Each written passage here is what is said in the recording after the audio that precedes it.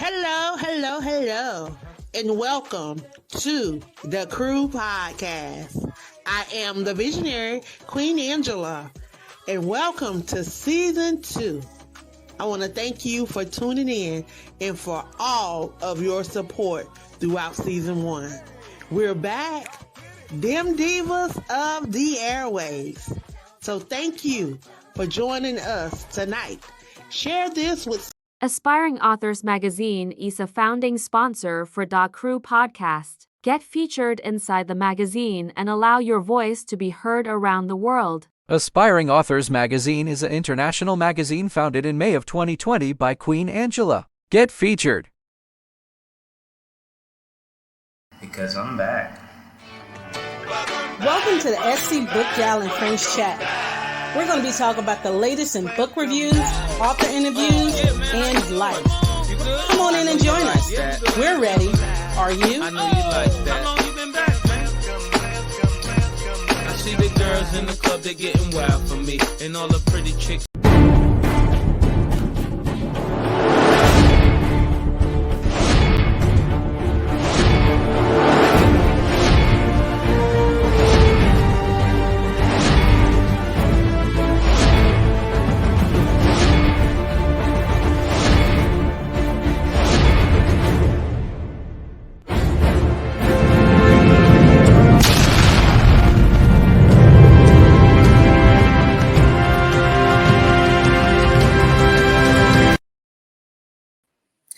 Hey everyone, it's another Saturday night. So I'm back here with a new author for you guys to meet. I am SC Book Gal 843 Patrice Grimball, and it is another chat night. Now, you guys, I got a little cold, so please excuse me, okay? But I could not stop my cold. Just like it won't stop me for letting you guys meet a new author. You guys, now this one is going to be the minds of the Patrices, because her name is Patrice also. And she's a doctor. I tell you, we smart and we beautiful, but she's taken. I'm not. So how you doing? So you guys, I would like to introduce to you Dr. Patrice Jackson. And she's going to talk to us about her book. Okay? Come on up, Miss Jackson. Patrice Jackson. Hey, Mama, how are you? Hello, my fellow Patrice. Hey, Queen. Thank you so much for having me. Oh, thank you for coming, Patrice. I'm going to be saying Patrice all night long, y'all. I think out of my whole life, I might have met 3 other Patrices at the library. Yeah. That's it. So it is. So, and none of them were white. All of them were white. So you were the first African-American Patrice I have ever met. Wow. Yes. Well, here we are. Here we are. And we're going to talk about your book, Disturbing Burnout. But first, you got to tell us a little bit about yourself.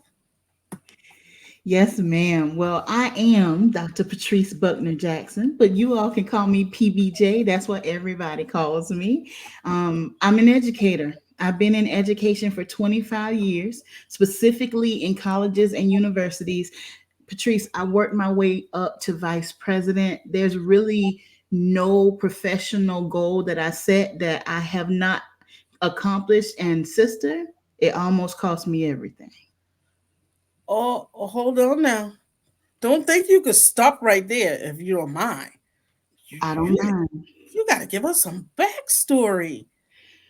This is where this book came from. So They said, get the doctorate. I got it. They said, keep working hard and get promoted. I did. They said, take all the assignments. I did. All of the things that I've been taught throughout the years that a professional woman does, that a successful woman does, I was checking off all the boxes. I'll never forget August 2019, Patrice. I was driving to work. I could barely see for the tears in my eyes. I had got my highest promotion ever. I was vice president, pulled into work, fancy parking space just assigned to me. Girl, I had to sit in that fancy parking space and fix my face and put my makeup back on because I didn't know if I could handle it anymore. When I got myself together, went into the student center, hugging students, good morning, how are you? You didn't come see me yesterday, all the things. It was all I could do to get behind the door of that beautiful office, and I fell apart. I crumbled. Patrice, I was holding on to the edge of my wooden desk because I didn't even feel like I could hold my own weight up anymore. What I really wanted to do was crawl under that desk and lay there in the fetal position, but I was so ashamed. I thought, what are they going to think if they find me here? Friend, when I got myself together, I picked up the phone and I called my husband and I tried to explain to him what was happening. I'm sure I wasn't making a lot of sense, but at some point he interrupted me. He said, go home. I'll meet you at the house. Just go home. Well, sis, it was August. We had parents moving their kids in. I had a lobby full of students with problems. I had staff members calling my cell phone. It was all happening. And I remember telling him, I can't go home. I can't go home. And at some point I started saying, I can't stop. I can't stop. I can't stop. He interrupted me again. He said, go home. I'll be home in 10 minutes. Meet me there. Mm-hmm. Patrice, something in me clicked. I got off the phone. I typed a letter. I printed that letter. I went to where my president was in a meeting. I waited till that meeting was over. And when that door opened, I handed in my letter and I left that campus. And to this day, I have not been back to that campus, except I'm going back in a couple of weeks for my book tour. I'm going back. I'm going back to have a private gathering with some of the people that I left because I need to tell them what I've learned since I walked away. Wow. I've heard of that. I've heard of that. At my job, I've heard of that a lot. There has been people who's been retiring. And I know good and well these people have more years in them. But every time I've talked to them, they're like, I have to go. Yes. And I kind of, I've been there. I've been there. Yeah. I've been there to the point where it felt like, okay, I just can't do this. And I just can't. And I've now started to pace myself.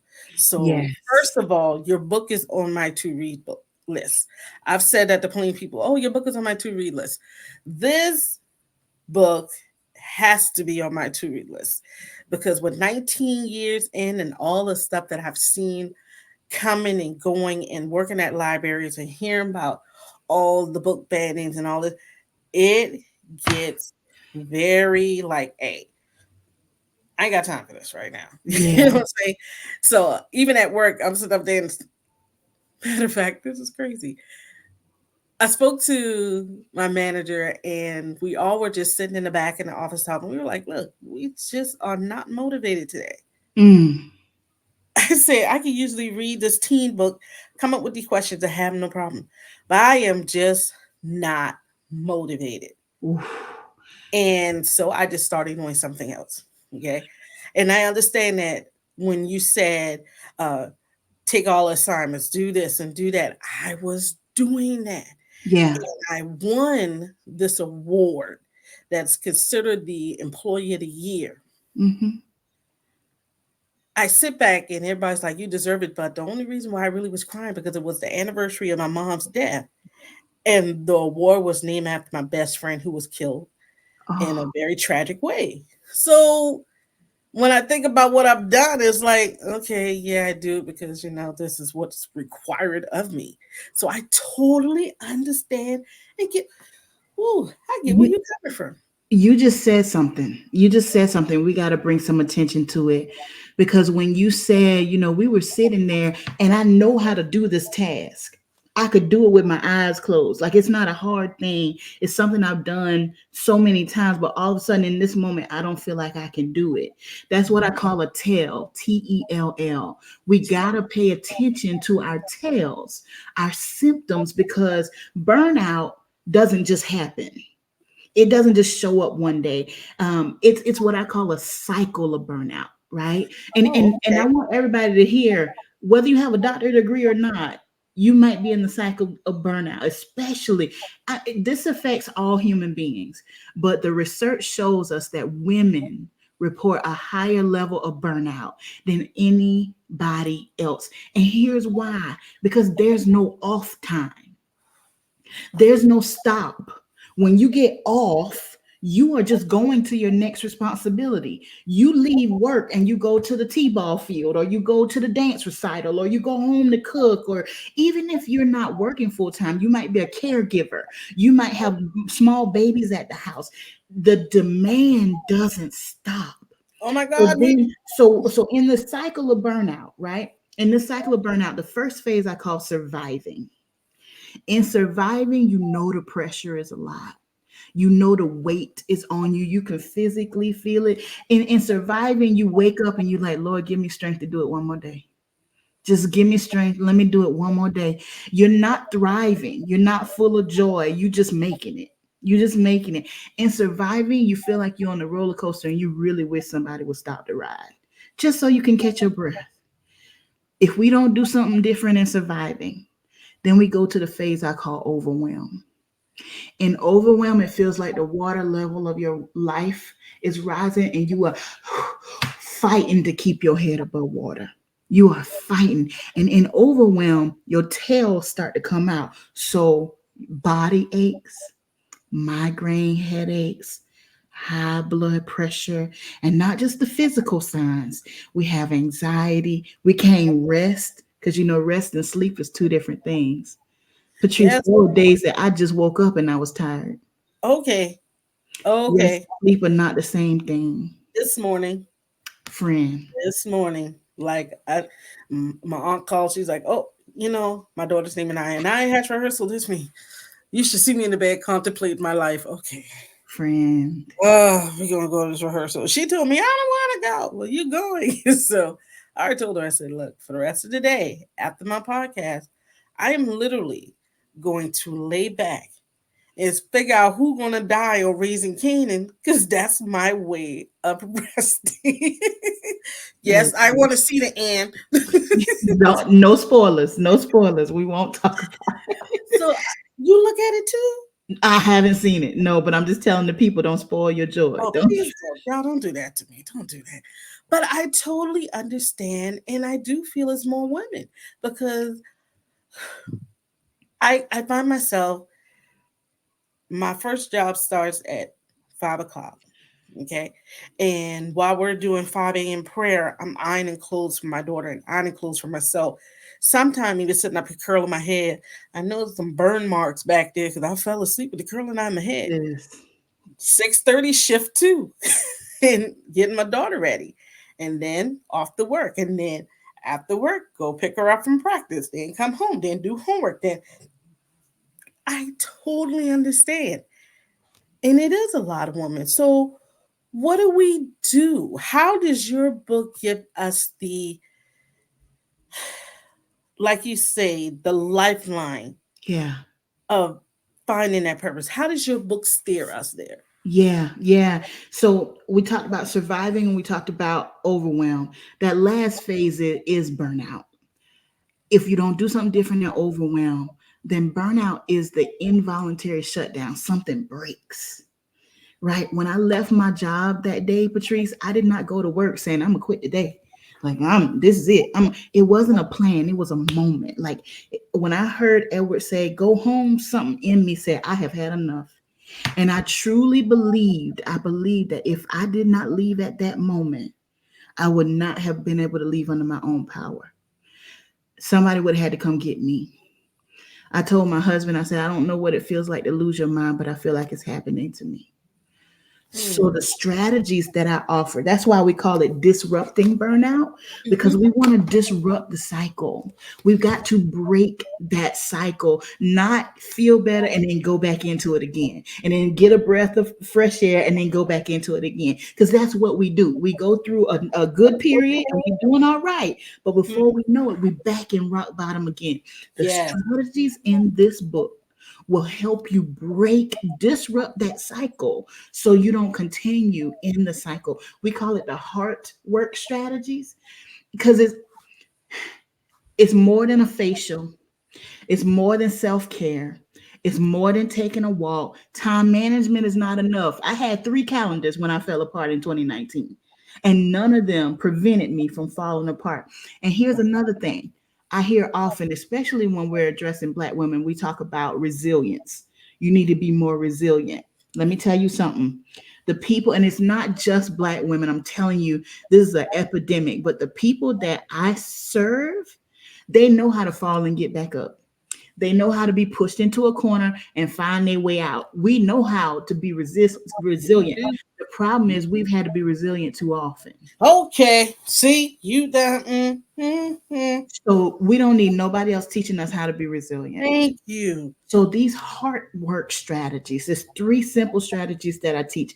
They're simple, but they're not easy, because they are a different way of approaching life and work than what we've been taught. We've been taught we got to work 10 times harder. We've been taught that you're not allowed to say no. We've been taught you shouldn't rest until you're absolutely exhausted and can't go anymore. And we've got to address all of those ideas that have been passed to us and make a decision that is not sustainable. We can't live that way. We're losing people left and right. And we sit around saying, well, she was so young. Well, what happened? Okay. It's time out for that. It's time out. People are literally dying. They are literally, like, not even exaggerating. Professional women are literally dying in their career fields because they don't know how to handle the weight of everything that has been put upon them. That is so correct. And I think, I don't know, she killed herself or she killed herself somewhere in a library system. She was an African American woman. She turned around, gave her letter of resignation, then turned around and killed herself when she got home. No, ma'am. I read that article maybe 2-3 weeks ago. And I was sick. Now, I remember my boss telling me go home. Well, you know what? People tell you to go home when you're sick. But then you think about, I've got this, I got this, I got this, I got this. You know what, you guys? We're going to take a break real quick because I need to talk to her. And we're going to find out we ain't going to give you all the tips, but we're going to give you some of these tips because you still got to get the book, you guys. Yeah. But we're going to take a break.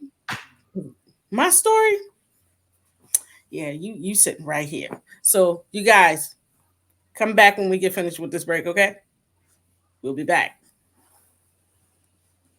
The book, A Song for Zipporah, written by David Harris, is a powerful historical fiction centering around the life and character of Moses' future wife, Zipporah, before they met. Book author David Harris brings the reader into the relationship between Moses and Zipporah, which was gradual and lush. The story unfolds beautifully when Moses finally asks Zipporah to marry him. Purchase your copy of the book detailing this authentic story, A Song for Zipporah by David Harris today. It's available online at Barnes & Noble and Amazon.com.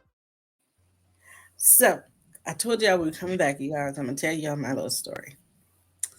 And I apologize if you were seeing this, but this is me, and this is how I feel.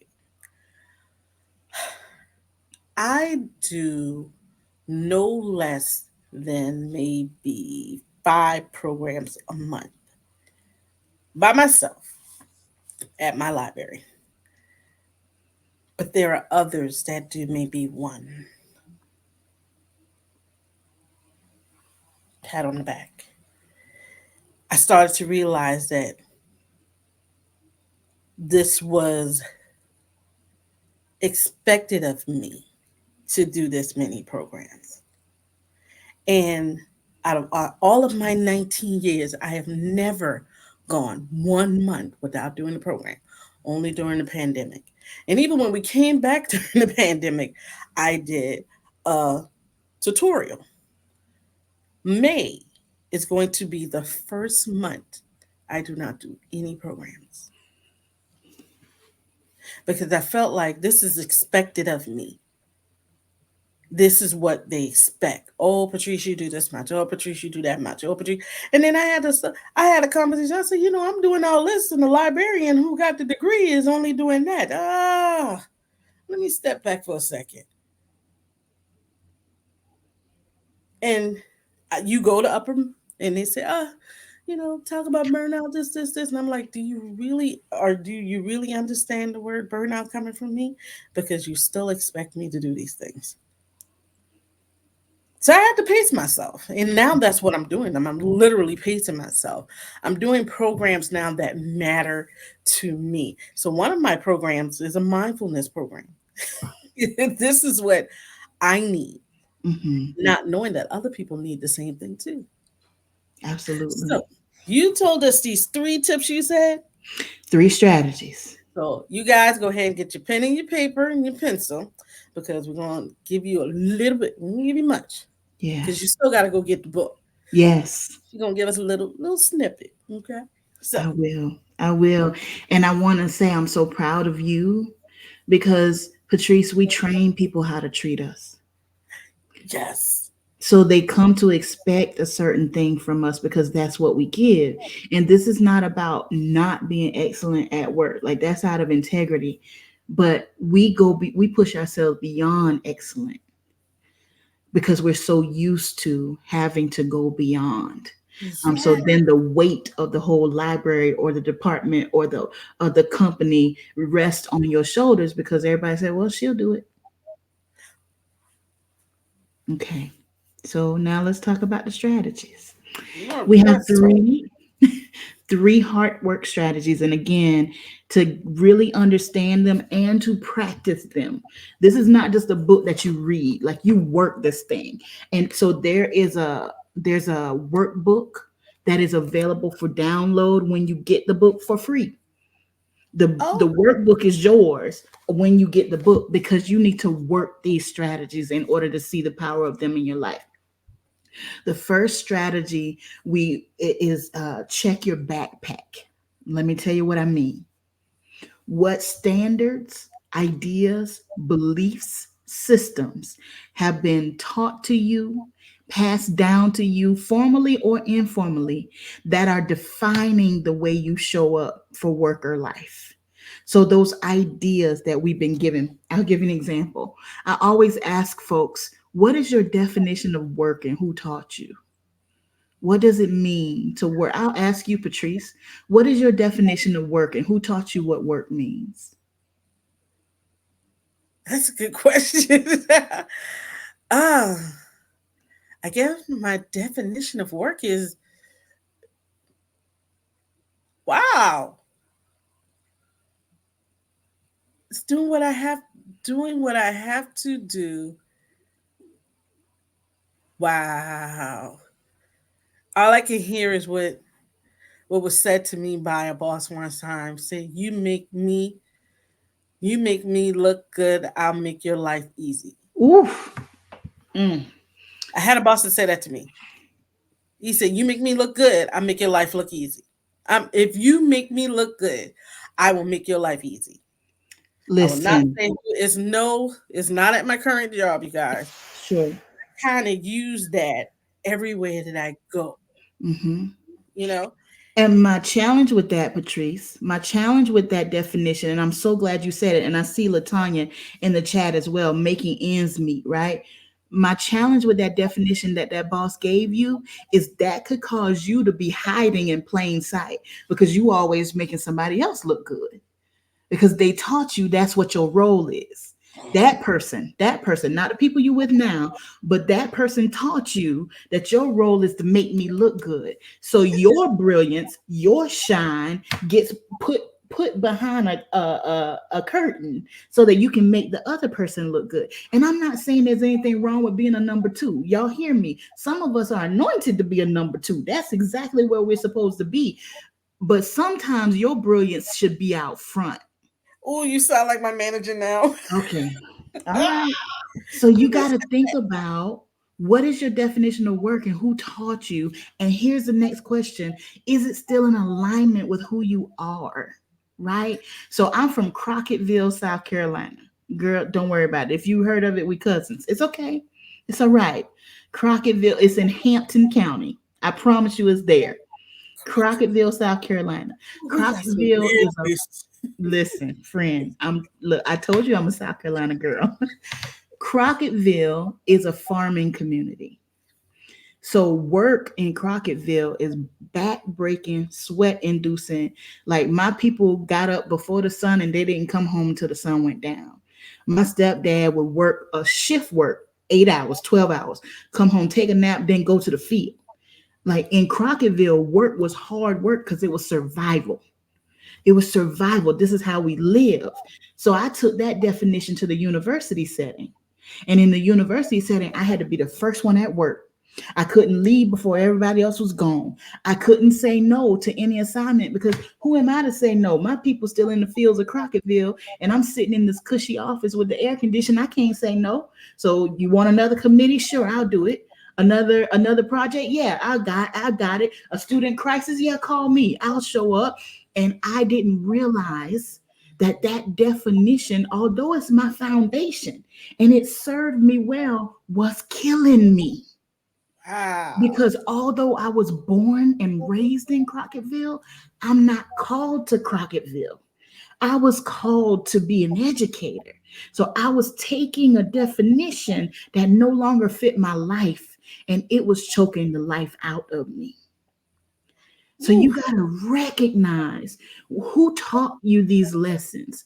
Who are the people along the way? I see Alma said, my mom. Alma said, it's providing for my family. Yes. And I get that a lot. People say, well, work is to provide for your family. I believe that. But I also believe that you should be working in your brilliance. Like, there's a natural brilliance that flows from you, and the work that you do should align with that brilliance, because that brilliance is an automatic magnet for money. You ain't got to worry about money when you work securely in your brilliance. But so many of us are doing work because we just surviving. I just gotta pay these bills, girl. I just gotta buy these groceries. I ain't got time to think about no brilliance because I'm just trying to make it. And what I'm telling you is that fulfillment will never come until you can wake up in the morning and say, I'm exactly where I'm supposed to be, doing exactly what I'm supposed to be doing. So check your baggage. I'm still stuck at the working in your brilliance. I'm stuck there. Yeah. That's wow. I'm sorry, but you're going to see that on my Facebook page. Please. Because you sound like our producer. And they say out of the mouth of 2 or 3 witnesses, and you're number 3, because I have a second witness. Wow.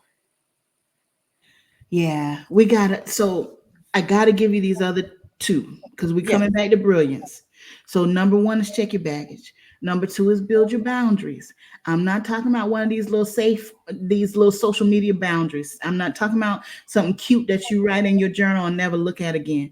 But your boundaries should be connected to what you are unwilling to lose. What are you unwilling to lose? Where do you draw your line? We give it all up for work. Patrice, my child felt like she needed an appointment to see me while I was running to the campus taking care of everybody else's child. Ooh. My own health, my faith, my prayer life was a mess because I was waking up, checking my email, going to bed, checking my email.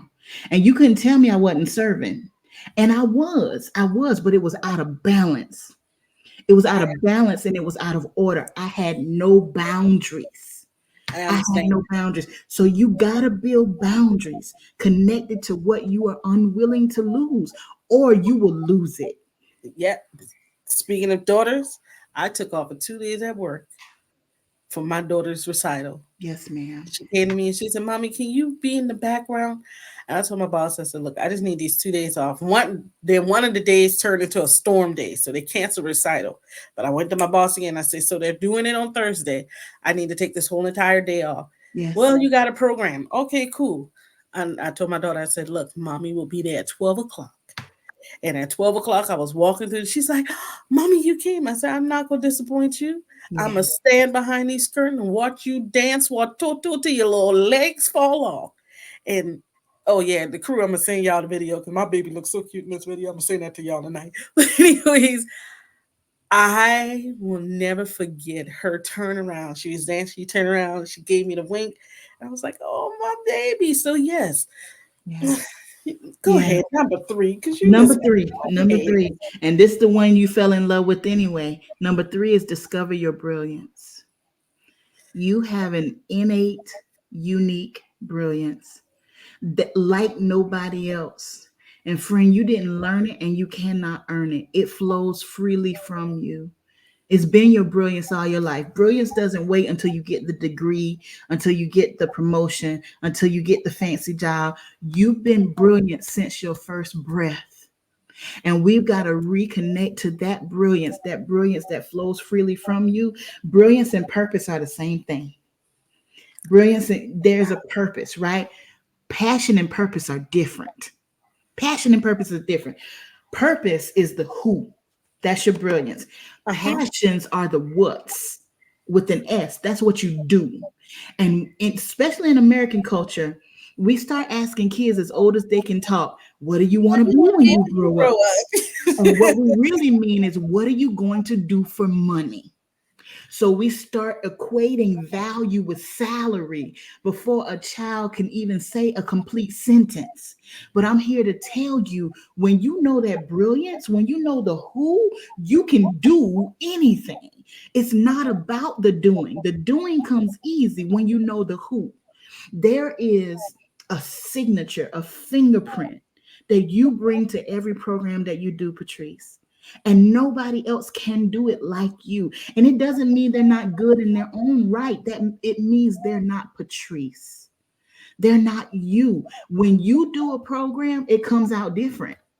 It will never be the same because you have an innate, unique brilliance, a secret sauce that you put on everything that you do. And once we know what our brilliance is, it frees us up from that overperforming, overachieving, overworking, comparison, because there is no comparison. There's no competition for you. Nobody can beat you being you. And when I tell you there's a power and a confidence, not cocky, not prideful, but responsible. I'm responsible for this brilliance. It's my responsibility to share it with the world. Now that I'm aware of it, I know what this brilliance is. I'm responsible to pour it out. And so are you, and so is everybody that's listening. If there is breath in your body, you are brilliant. Okay. Y'all just had the motivational moment of this year. Okay. I can't help it. Girl, you just make me wanna make me wanna run laps. I can do, how Rocky man. That's what I'm hearing in my head. I'm hearing the theme of Rocky. Okay. So you just need to tell us how we can get this book. Just give us the rundown, because Yes, ma'am. you have hit so many nails that are really, really mothers. And I'm going to send this show to my sister. She is that person. And she will show up. She don't care who, what, where, why, but she going to show up for her kids. Yeah. You just need to tell us how we're going to get this book. Yes, ma'am. I gotta tell you, it took me about a year to write it and edit and do all the things. It took me 20 years to live this thing. I poured 20 years of my life into this book. All the hard lessons, the moment that I thought was going to take me out, the fruit of that moment is this book. So I always say I'm not attached to a number. I don't have like a metric of I want to sell this many books. That ain't my goal. My goal is to get this into the hands of every woman who needs it, because I know what it feels like to be drowning in burnout. I know what it feels like to live your life overwhelmed and you don't know how to stop it. These strategies work, not just for me, but for all the women that I have the honor to walk with, and their stories are here too. So this book is available wherever books are sold online. Specifically, you can go to disruptingburnoutbook.com, disruptingburnoutbook.com, and you can order the book. The audio book will be up there next week. Our book tour is going on right now, so you can check out the book tour. Everything you need to know about this book, disruptingburnoutbook.com, and all the information is there. Patrice, thank you for allowing me to share this message today. Thank you. So you guys, she told y'all where to get it. And in case you forget, you give us the SC Book Gals and Friends chat at least. Okay, the Super Bowl tomorrow. So y'all need to give us 48 hours. And we will have the blog up where you can listen to this again until you're able to receive that book to get those nuggets of knowledge. Patrice, thank you for encouraging Patrice. Greatly, greatly, greatly thank you. Thank you. It's a pleasure. So, you guys, it's another Saturday night, and this one, again, is worth it. We met an author who motivated us, not for the things that we can do, but motivated us in 2024, okay? So, of course, this week is the week of love, you guys. I want you to watch all of my social media pages, okay? We're going to have snippets of my interview with Miss Patrice. And each day, I'm going to introduce you to another romance author, okay? And I heard that they're going to be giving away some of their books, okay? So, all this week on Facebook, Instagram, Twitter. Yes, you guys, I still use Twitter. Don't worry, we might not be on here long. TikTok, all of these. Make sure you're following us. We're going to get the links from Miss Jackson so you can follow her, because I'm pretty sure she's dropping some nuggets every day on her social media platforms. But it's another Saturday night, and you guys, thank you for joining us. Next week, new author. Oh no, not next week. I got a bonus show, you guys. Thursday night. So you done love up on your man Wednesday. Is it Wednesday Valentine's Day? Yeah. Yes. Okay. You done love up on your man, your girl, your cat, the dog, yourself. They come on Thursday, and I'm going to give you some books so you can read. And y'all know my books. You might rekindle, and you might be in the house for the weekend. You know what I'm saying. So I will see you Thursday night, 8 o'clock, right here again. Again, thank you, thank you, thank you. Good night, everyone. Bye.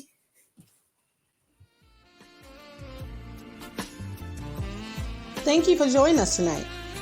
We hope you found a new book to read or a new author to explore.